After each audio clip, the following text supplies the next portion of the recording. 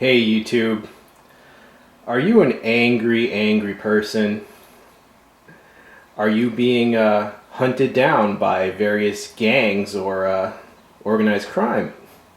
Are you an undercover agent for the DEA? Do you regularly find yourself engaged in hand-to-hand combat? Well, if you answered yes to any of these questions, then you might need some of the blades that I'm displaying right here. And I'm just kidding. People always ask, well, a lot of people ask what folding knife they can carry on their offside from their handgun, right? And then there's also a lot of people that ask what they can carry if they live somewhere, some country that bans, doesn't allow them to have a gun. Alright, so before I tackle those questions, I just want to say, first of all, you need to strongly consider the use of a fixed blade, if at all possible, rather than a folder. But assuming you consider that and you're just not able to carry one, alright, here are some folders. Also, you need to strongly consider what your own personal training is. Do you have training, what you're trained to use? You really should not carry any sort of lethal weapon without training, just like you would never walk around with a gun if you've never trained to use a gun. It would be pretty dumb to walk around with a 6-inch knife or something like that if you don't know how to use it, and if you're not willing to use it, because if you're not, well, it's just going to be a danger to you. And also, you need to be clear exactly when it would be appropriate or inappropriate to use it. Because if you mess that up, you're the one that's going to be facing the legal consequences. Alright, so that's all common sense. So let me try to answer the question, what would be some folding knives that could be carried as backup to a firearm, or places you can have a firearm. And also remember, you can also carry steel batons, you can carry pepper spray. Just because you have a folding knife on you does not mean that you can't carry other options, okay? It just so happens this is a channel that covers knives, but look into those other options. Alright, oh, if you hear dogs or crows outside, yes, the window is open. It provides for better lighting and better sound. Alright, so deal with that. Oh, this is my pointer. This is a Cobra Steel Wakizashi. I will review this later. But now it's my pointer. Alright, there's 3 ways you can go, in my thinking, according to what techniques that you prefer to use or are trained to use. Over here, these 3 knives are basically specialized as thrusting implements. Alright. Now over here, you see we have hawkbills and karambits, which in addition to close cutting, these are excellent tip slashers. Alright, so you could say those are slashers. And then over here, we have some knives that can do a little bit of both. All these knives would be fairly good at thrusting techniques and fairly good at slashing techniques. And of course, there is close cutting, and pretty much anything with an edge can close cut. So all these, all of these can close cut. And by that I mean pressure cutting at like 1 foot or less distances. Right? But as far as mid-range striking, you got a choice between slashers, thrusters, and more flexible ones that can do some of each. Alright, as far as the specialized thrusting implements, if you want the biggest one that I've found that's around that is, solidly made, this is the Cold Steel Holdout 1. It has a 6-inch blade, and as you can see, it's based after an ancient Scottish dagger. Extremely effective. G10 handles, slim for its size. And the size of the handle, it gives you a very good grip. It really just fills your hand. There's not that much danger of going up on it. Also, it widens. From here, it widens. Right? And you can choke down, so you would have to slide up a tremendous amount. and also that's extremely grippy texture. So overall it does provide an excellent grip, and I think you could see just how effective that would be. Now that 6-inch holdout, that would be like the nuclear option, okay? Most people cannot carry something that big. So if you need something that's everyday carry size, around 3.6 inches, this Hissatsu from Columbia River Knife and Tool is a very good option. It is assisted, it does come out strong and fast. It's a liner lock, but it does have a secondary auto lock just to give you a little extra security. And even though the handle is Zytel, this is extremely strong construction. If you've ever held one of these, you can understand what I mean. You know, a folding knife is never as strong as a fixed blade, but this is a very strong design that, you know, within reason, this could take the abuse of a thrusting technique. And as you can see, it's the more Japanese style of tanto tip, extremely effective. Some people might say, why do you even need it so pointed? You know, pretty much any knife with a tip can penetrate flesh. Well, you know, if everyone was fighting without clothes on, maybe that's true, but you got to figure a tip like this could penetrate a very thick leather jacket. It could penetrate winter clothing if a person is wearing several layers. Alright, so it's physics. Alright, and as far as a specialized thrusting folder that's in between in length, you've got this Gerber Applegate Fairbane folding dagger. It's about 4.5 inches. It is a liner lock, but it does have a manual secondary lock. Again, that's pretty important with if you're planning on using thrusting techniques with a folder. Your lock has to be solid. So secondary locks, or the cold steel triad lock on those holdouts, very strong type of lock. You know, needless to say, the lock is very important. And now this, I think you can see what it is. So it's a single-edged dagger. It's basically a folding version of a mid-sized military dagger, and very effective. Alright, so you might be wondering, why do you have two of each of those two models? You know, in a life or death situation, you gotta figure maybe one of your hands is going to be injured, one of them could be pinned in a grapple, and also, you know, with a knife, it tends to turn into a fight for the knife. The other person might well grab your knife arm with both of his hands, and if you have another knife on your other side, you know, it's not going to be a very long grapple, because you can just pull out your other knife, and what's he going to do? I think the bottom line is, any situation crazy enough that you would need a weapon is a situation where it wouldn't be bad to have a backup or have two.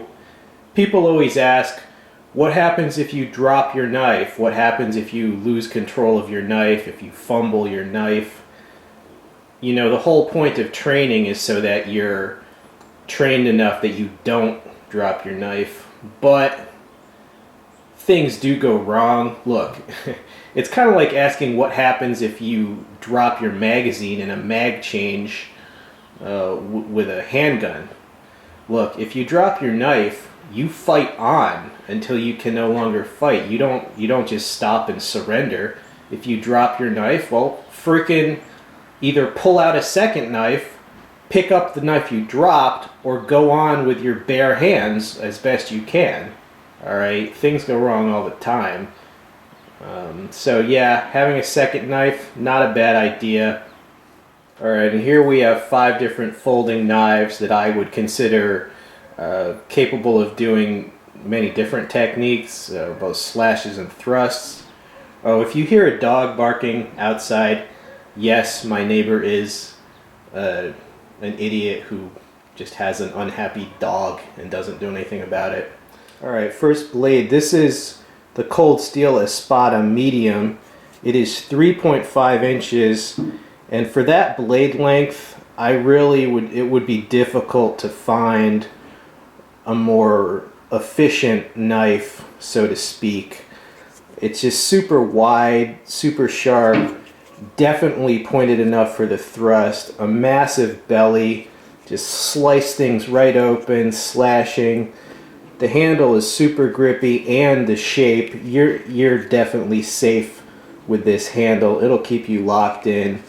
Altogether, for a 3.5 inch blade, it is one of the most efficient designs out there as far as weapon use. Alright, and if money is no object, if you really are, you know, like, I don't know, private contractor, something like that, and you just want the best of the best type of thing. Now, this is a Microtech SOCOM Elite. You hear that lockup, bank vault type lockup. S35V steel. Definitely a thrusting design, but would also be very capable in slashing, close cutting.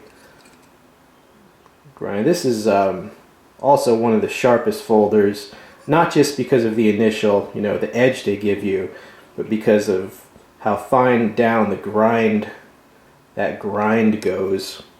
Very expensive knife, not for the casual user, okay, not for the, you know, just in case something might happen. This is for people who have a job where something definitely probably will happen. Right, but yeah, if you're willing to go up to, you know, $270, excellent knife. Right, and this is the Mannix 2 XL. And this knife just recently came out. Yes, hello birds, hello crows. I'm going to show you my BB gun later. Alright, but because this knife just recently came out, you know, it doesn't have a lot of field testing by different people, but the smaller version, the Mannix 2, definitely does. Very solid, super solid. The ball bearing lock, very solid. I can't imagine that failing under the thrust, and it would be almost impossible to accidentally disengage. The XL size, obviously the blade length on this is a lot more suited for tactical use than the regular Mannix. Alright, and you know, I think you can see this would be formidable. The leaf-shaped blade, the thrust, the slash, the close cut, reverse grip, bam, even edge in, draw cuts. This can do it all. It's not specifically sold as a tactical, but I think you can see the potential there. I think it would serve and serve well. Profili folding knife, designed a very famous designer like Vellenkamp. Made in Italy, very high quality Austrian steel, razor sharp. The recurve helps in close cutting, and as far as the blade, it's basically, it's like a 4-inch scalpel, but obviously is wide enough that it won't flex.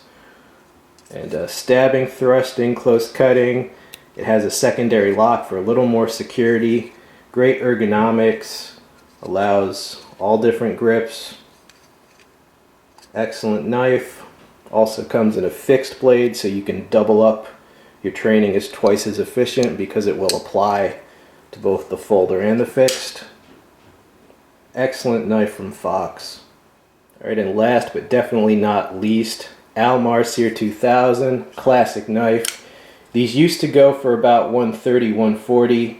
The price is now somewhere around $180. You know, sadly, but so it goes. Made in Seki, Japan, VG10. This has been in use by many people for decades. Proven design, 3.6 inches in blade length. Spear point, a lot of thrusting ability, but also so sharp. Great tip slasher as well. Very solid lockup.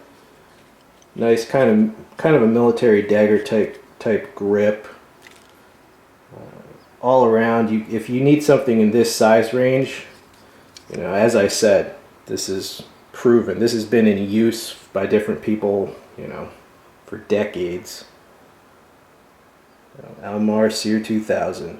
Alright, and here are the folders that have a forward tip, hawkbill, or karambit. These things are incredible tip slashers, close cutting as well, just because the curve tends to fit the curve of organic life forms, let's just say.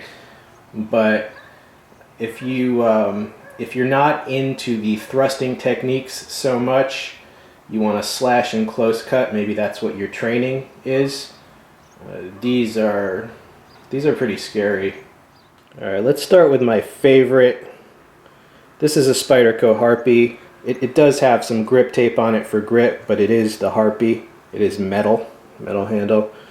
And I think you can see that for a 3-inch blade, probably the most efficient blade shape in this length for accomplishing damage to tissue. It's just incredible. I mean, this thing, within a few seconds, any sort of violent animal or human attacker could just flat out just be reduced to bleeding shreds. Spyderco Civilian, originally designed for law enforcement, I believe it was designed for the DEA, undercover agents who were not able to carry a gun. They had to rely on something that could fold up. Has the S curve. You know, the only drawback to this is the price. It goes for anywhere from $150 to $170. But as far as effectiveness, you know, virtually unparalleled. I mean, this is a big, this thing, I mean, highly effective. You know, I would definitely probably carry one of these if I was, you know, if I was in law enforcement. I'd probably definitely be packing this. You can see what it is. And here we have the Emerson Super Karambit, about 3.4 inches, 154 cm steel. You can see it's a folding karambit. Right, it's got the ring and everything. Extreme leverage and retention using the ring. It has the wave opening feature, which you can snap it open when you remove it from your pocket. Can also guard against incoming blades that way. I think you can see how incredibly effective that would be. Very high price tag. Again, this is not for the casual self-defender. This is for a professional or someone that's very serious about it. Like if you already have a lot of firearms training and you want something super high quality to complement your firearm, you know, this could be it. Alright, and I had to include one budget model. You can get these for around $20 to $25. This is the Bird Crossbill. Right, and it is metal, it is all steel, very solid lockback, all steel handle. I just added some skate tape for grip. Very formidable blade. The blade on this is actually a lot bigger than it might look if you're looking at it on a thumbnail, if you're looking at it on an online store. If you see it in person, it is a lot bigger. Let me, hold on. Let me show you. Look how much bigger it is than the Heartbeat. Alright, so that should give you a good idea. And for the price, you know, if you're going budget, this, and you want a forward tip design, this is what you want, because the metal handle and lockback make it ultra solid, and just the size of it, it's very formidable. I'm sure you could imagine the slashing power and close cutting power of that, basically, you know, steel talon. Alright, YouTube, so in conclusion, you know, it really depends on your training. You got slashers, you got thrusters, you got multi-purpose tactical blades, you got different blade lengths, different price points. Alright, it's impossible to cover everything, so this is what it is. Hope you enjoyed the discussion. Definitely hope you never have to use something like this. You know, a knife is like a gun. I don't go out getting into gunfights every day of the week, and I hope I never have to get into a gunfight at all. but I definitely own guns, because if it does happen, it's going to be such a serious situation that better to have it when you need it than to not come home at all. Alright, so there you go. Stay tuned for many more videos. I'm out of here.